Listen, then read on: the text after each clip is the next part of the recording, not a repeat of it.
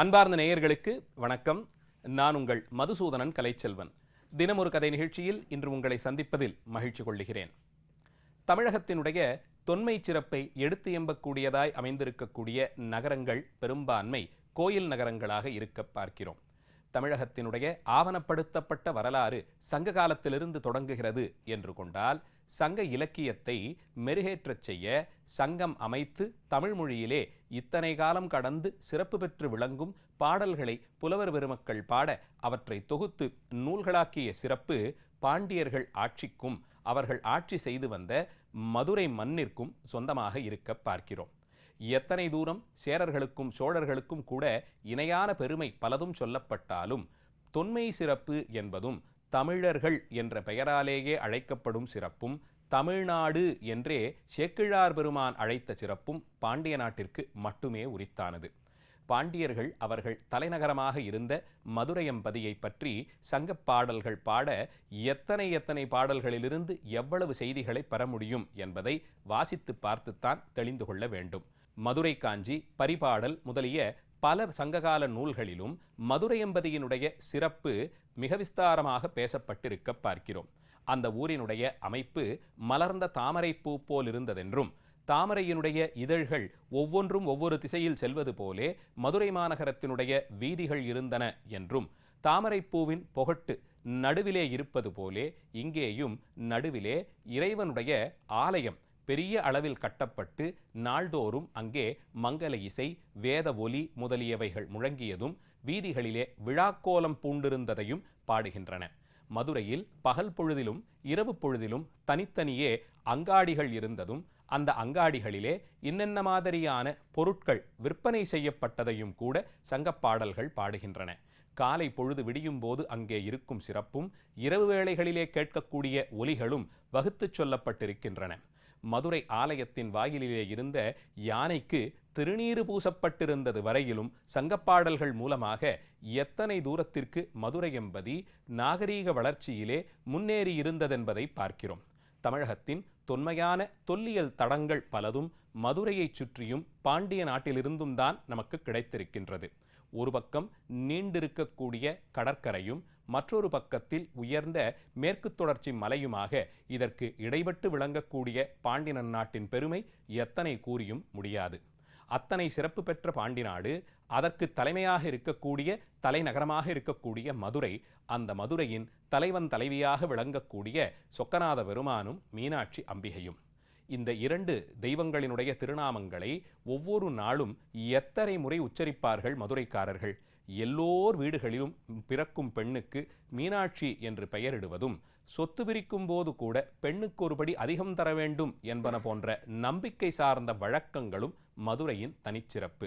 மீனாட்சி அம்பிகை அவள் மதுரையிலே பாண்டிய மன்னன் மலையத்வஜனுக்கும் அவன் மனைவி காஞ்சனமாலைக்கும் மகளாக தவத்தின் பயனாக பார்வதி தேவியே வந்து பிறந்து, காஞ்சனமாலையினுடைய மகளாக வளர்ந்த அவள் திக்விஜயம் செய்து பட்டாபிஷேகம் செய்து கொண்டும் அரசாட்சி செய்து வர, சிவபெருமான் அவளை கண்ட மாத்திரத்தில், பார்வை பட்ட மாத்திரத்தில் அம்பிகை நாணம் கொண்டு சுந்தரேஸ்வர பெருமானை திருமணம் செய்து கொண்டு இருவரும் அரசன் அரசியாக மதுரையம்பதியின் ஆட்சிக்கட்டலிலே ஏறி அமர்ந்து முடிசூடி கையிலே செங்கோல் ஏந்தி அரசாட்சி செய்து வந்ததை புராணங்கள் சொல்ல பார்க்கிறோம்.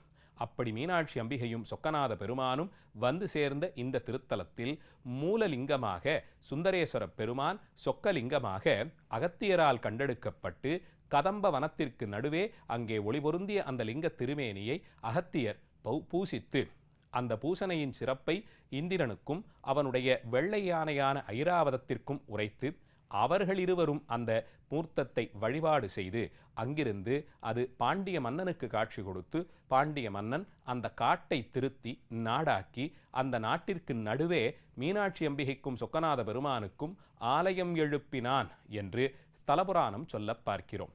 மதுரையினுடைய தனிச்சிறப்புகளில் ஒன்று அங்கே இருக்கக்கூடிய இறைவன் நிகழ்த்திய 64 திருவிளையாடல்கள். நாள்தோறும் அங்கே வணங்க வரும் ஆயிரம் அடியார்கள் வாழ்விலும் இறைவன் திருவிளையாடல்கள் புரிந்து கொண்டே இருந்தாலும், அவன் தனக்கே உரிய நிலையில் பல்வேறு வகைகளைச் சேர்ந்த அடியார்கள், பலவிதமாக பக்தி செய்தவர்கள், அந்தணர் முதல் அரசன் என்று எந்த வேறுபாடும் இல்லாமல் எல்லா தரப்பு மக்களுக்கும் படித்தவர் பாமரர் என்ற வேறுபாடு இல்லாமல், இன்னும் சொல்லப்போனால் மனிதர்கள் என்ற நிலையை கடந்து அங்கே வாழ்ந்து வந்த பறவைகள், மிருகுகள், விஷஜந்துக்கள் வரையில் ஒவ்வொன்றிற்கும் இறைவன் செய்த தனிப்பெரும் கருணையான திருவிளையாடல்கள் அது மதுரைக்கே உரிய தனிச்சொத்து. 64 திருவிளையாடல்களிலிருந்து கதைகளை கற்று உணர்ந்தவர்கள் எந்த நிலையிலும் இறைவன் நம்மை கைவிடமாட்டான் என்ற எண்ணத்தை மிக தீர்க்கமாக பெற்றுவிடுவார்கள். அப்படி சிறப்பு பெற்றதாய் விளங்கும் மதுரையம்பதியின் அழகாக வைகை நதி அந்த ஊருக்கு அழகு சேர்த்து கொண்டு ஓடப் பார்க்கிறோம். வைகையின் தென்கரைதான் மதுரையம்பதி. அந்த தென்கரை மலர்ந்த தாமரை பூ போலே இருக்க அதற்கு நடுவே மீனாட்சி சுந்தரேஸ்வரர்களுக்கு ஆலயம் அமைந்திருப்பதை பார்க்கிறோம். இப்படி சங்ககாலம் தொடங்கி வளர்ந்து வந்த இந்த நகரம் பல முறை படையெடுப்புகளாலும் போர்களாலும் பகுதிகளாக அழிக்கப்பட்டும் மாற்றியமைக்கப்பட்டும் புதிதான கட்டுமானம் என்பது வரையில் நடந்திருக்க பார்க்கிறோம். மிகச் சமீப காலத்தில் ஒரு 16ஆம் நூற்றாண்டிற்கு பிறகு மதுரை நாயக மன்னர்களுடைய அரசாட்சியிலே ஏற்படுத்தப்பட்ட மாற்றங்களோடு கூடிய நகரம்தான் இன்றைக்கு நாம் பார்க்கக்கூடிய மதுரை மாநகரம். அப்படி பார்த்தாலும் 300-400 ஆண்டுகளாக இருக்கக்கூடிய அந்த அமைப்புத்தான் காலத்திற்கேற்றாற்போல் தனக்குள்ளே மாற்றங்களை ஏற்றுக்கொண்டு அந்த அளவிலேயே அந்த நகரம் ஒவ்வொரு நாளும் புதுமைப்பட்டு கொண்டு பீடு நடை போடுகிறது. வெளிவீதிகளிலிருந்து கணக்கெடுத்து கொண்டால் மதுரை நகரமே ஒரு கோட்டை போன்ற அமைப்பில் அமைத்து, வெளிவீதிகள் அதை கடந்து உள்ளே செல்ல செல்ல 4 புறங்களிலும் ஆண்டுதோறும் நடைபெறும் விழாக்கள், ஒவ்வொரு விழாவும் நடைபெறக்கூடிய அந்த மாதம், அந்த மாத விழா நடைபெறக்கூடிய ஊர்கோலம் செல்லக்கூடிய வீதிகள், இந்த அமைப்பிலே பெயரிடப்பட்டிருப்பதை பார்க்கலாம். ஆடி வீதி, சித்திரை வீதி, மாசி வீதி, ஆவணி மூல வீதி என்று அங்கே நடைபெறக்கூடிய மாசி மாத விழா, ஆடி மாத விழா, சித்திரை பெருவிழா, ஆவணி மூல திருநாள் என்று மதுரையிலே நடைபெறக்கூடிய முக்கிய விழாக்கள், அந்த விழாக்கள் நடைபெறக்கூடிய மாதங்கள் என்று அதன் பெயரிலேயே வீதிகள் அமைக்கப்பட்டிருக்கும் சிறப்பையும் பார்க்கிறோம். ஜனசந்தடி மிகுந்த அந்த பகுதிகளில், எப்போதும் போக்குவரத்து நெரிசல் இருக்கும் அந்த பகுதிகளில் மீனாட்சி அம்பிகையும் சொக்கநாத பெருமானும் ஊர்கோலமாக புறப்பட்டு விட்டால் எல்லோரும் வழிவிட்டு ஒதுங்கி நிற்க அரசனும் அரசியுமாக இவர்கள் பல்வேறு வாகனங்களில் பல்வேறு காலங்களில் மங்கள இசையோடு வேதம் தமிழ் முறைகளெல்லாம் இசைக்க அதை கேட்டுக்கொண்டு அவர்கள் வீதி உலா செல்லும் கோலம், அதை கண்டால் மட்டுமே அதனுடைய சிறப்பை அறிய முடியும். இப்படிப்பட்ட மதுரையம்பதிக்கு அரசியாக இருக்கும் மீனாட்சி அம்பிகை அங்கே 6 மாத காலம் அவள் அரசாட்சி செய்வதாகவும், எஞ்சியிருக்கும் 6 மாத காலம் சுந்தரேஸ்வர பெருமான் அரசாட்சி செய்வதாகவும் ஒரு நம்பிக்கை. அதன்படிக்கு ஆவணி மாதத்திலே வரக்கூடிய மூல நட்சத்திர நாளில், ஆவணி மூல திருநாளில் சுந்தரேஸ்வர பெருமான் தான் பட்டமேற்றுக்கொண்டு பட்டாபிஷேகம் செய்து கொண்டு கையிலே செங்கோல் ஏந்தி பாண்டியர்களுக்கே உரித்தான வேம்பமாலை அணிந்து காட்சி தருவார். அன்றிலிருந்து 6 மாத காலங்கள், அதைத் தொடர்ந்து அடுத்து வரக்கூடிய மாசி மாதத்தில், மாசி பங்குனி மாதங்களில் இங்கே மீண்டும் ஒரு பிரம்மோற்சவம்.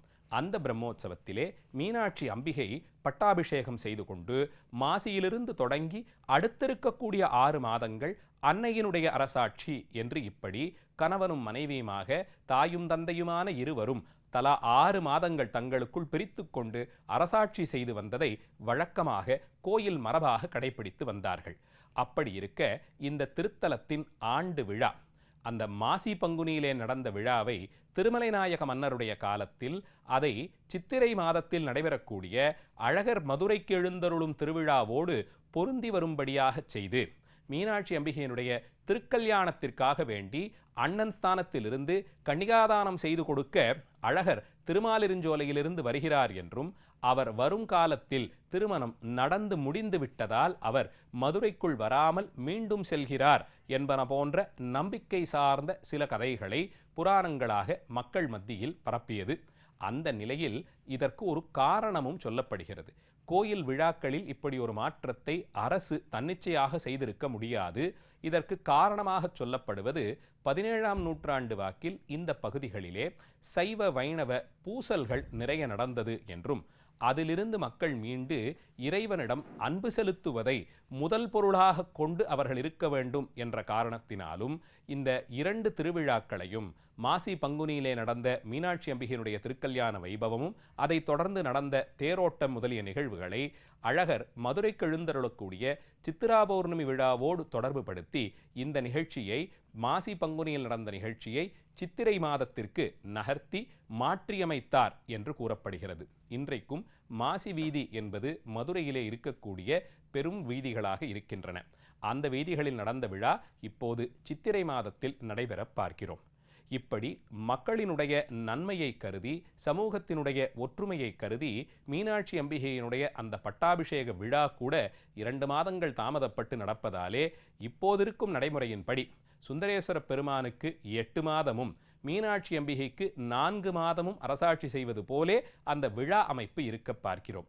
எது எப்படி போனாலும் மதுரை மக்களை பொறுத்தவரையில், அங்கே இருக்கக்கூடிய பல்வேறு சமயப் பிரிவினரை பொறுத்தவரையில் மீனாட்சி அம்பிகையும் சொக்கநாத பெருமானும் தாயும் தந்தையுமாக இருந்து நாள்தோறும் அவர்களை வழி நடத்துகிறார்கள். எந்த ஒரு நிகழ்ச்சியானாலும் கோயிலுக்கு சென்று அம்மனிடம் தெரிவித்துவிட்டு அதை நடத்துவதென்பன போன்ற நம்பிக்கைகள் மதுரைக்கே உரிய மரபில் மிகவும் ஆழப்பதிந்த நம்பிக்கைகள். அங்கே இருக்கக்கூடிய விழாக்கள் என்றெடுத்துக்கொண்டால் ஆண்டுதோறும் ஒவ்வொரு நாளும் ஏதோ ஒரு சன்னதியில் ஏதோ ஒரு விழா நடந்து கொண்டே இருக்க பார்க்கிறோம். நமக்கு தெரிந்த அளவில் பிரபலமான ஆலயங்களில் ஆண்டிற்கு ஒரு முறைதான் பிரம்மோற்சவம் நடைபெறும்.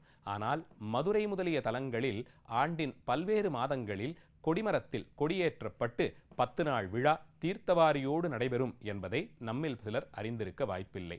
அந்த வழிக்கு மதுரையிலே ஆவணி மூலத் திருவிழா, அதேபோல் சித்திரையிலே நடைபெறக்கூடிய ஆண்டு விழா. மதுரை என்று சொன்னாலே அந்த சித்திரை விழாதானே விசேஷம் பெறுவது. அப்படி இருக்கக்கூடிய சித்திரை விழா காலை மாலை என்று 2 வேளைகளிலும் அழகான வாகனங்களில், பிரம்மாண்டமான வாகனங்களில் சுவாமியும் பிரியாவிடையும் ஒரு வாகனத்திலும் மீனாட்சி அம்பிகை ஒரு வாகனத்திலும் புறப்பட்டு பஞ்சமூர்த்திகளாக விநாயகப் பெருமான், முருகப்பெருமான், சண்டேஸ்வரோடு கூடி மதுரை ஆலயத்தை சுற்றி இருக்கக்கூடிய வீதிகளில் வலமாக வருவார்கள். அந்த காலத்தில் மங்கள இசையோடு கூட வேதம், திருமுறைகளெல்லாம் இசைக்கப்பட்டு மதுரை வீதிகளெல்லாம் சைவமனம் கமழ இருக்கக்கூடிய காட்சியை பார்க்கலாம். இந்த விழாக்களும் கூட பல்வேறு பொருள் பொதிந்த நிலையிலே பல்வேறு ஐதிஹ்யங்கள், விழா மரபுகளை கடைபிடித்து அதில் ஒன்றில் கூட எந்த சிறு மாற்றமும் நிகழ்த்தாதபடிக்கு பார்த்து பார்த்து அந்த விழாக்களை நடத்துவார்கள். இதற்கு ஆவண செய்யக்கூடிய அடியார் பெருமக்கள், கோயில் நிர்வாகஸ்தர்கள் முதலியவர்கள் விழாவின் சில மாதங்களுக்கு முன்பாகவே இந்த ஏற்பாடுகளை எல்லாம் செய்ய தொடங்கி விடுவார்கள். இப்படி தனியே தான் ஒரு பெரிய அரசு அலுவலகம் போலே நடக்கக்கூடிய விழா இந்த மதுரையில் நடைபெறக்கூடிய சித்திரை திருவிழா. இந்த சித்திரை திருவிழாவினுடைய சிறப்பம்சங்கள் என்று பட்டியலிட்டு பார்த்தால், அம்பிகையினுடைய பட்டாபிஷேகம், அதை தொடர்ந்து நடைபெறக்கூடிய திக்விஜயம், அதை தொடர்ந்து மீனாட்சி அம்பிகைக்கும் சொக்கநாதருக்கும் நடைபெறக்கூடிய திருக்கல்யாணமும், அதை தொடர்ந்து நடைபெறக்கூடிய தேரோட்டமும், இந்த 4 நிகழ்ச்சிகளும் தனிச்சிறப்பு பெற்று விளங்க இந்த விழா 10 நாட்கள் 12 நாட்கள் மிகச்சிறப்பாக நடைபெறுவதை பார்க்கிறோம். மதுரை எம்பதியின் சிறப்பான சித்திரை விழாவினுடைய சிறப்புகள் சிலவற்றை சிந்தித்தோம். நாளைய தினம் மீண்டும் ஒரு கதையோடு உங்களை சந்திக்கிறேன். நன்றி, வணக்கம்.